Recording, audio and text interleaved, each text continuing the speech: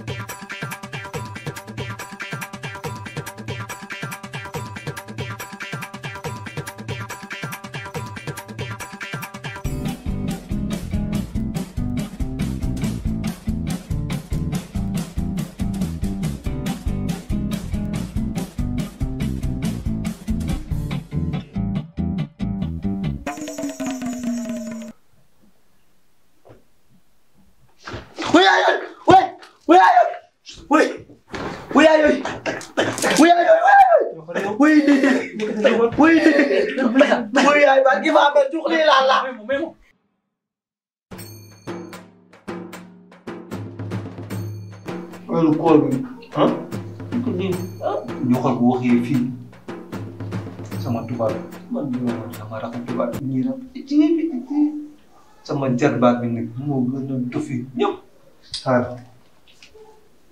ñoo kenn xam fu ñuy jógee ñuy jékki-jékki na dara duñ tàggoo te li ñu yëgu ñu ñëw rek ñu kii ah ay ji jàmm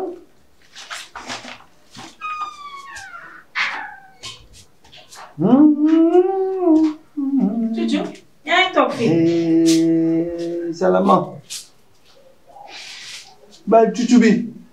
yaa ngi toog fii ba tey sànq ba tey. yaa ngi nga fi de maa ngi lay dégg ngay woyantu rek. Bilaay koor gu métti rek. looy def fii. may seet rek. ñi ngay seetee da ngay toog. waaw tuuti xalaat rek di xalaat. wóor na ne seet rek nga fi toog. Wallaay ak arrière passé. waaw viens on va dans ma chambre j'ai besoin de te parler. Man toll ma ay buux armoire. On a dû déplacer là, pour que tu mettes.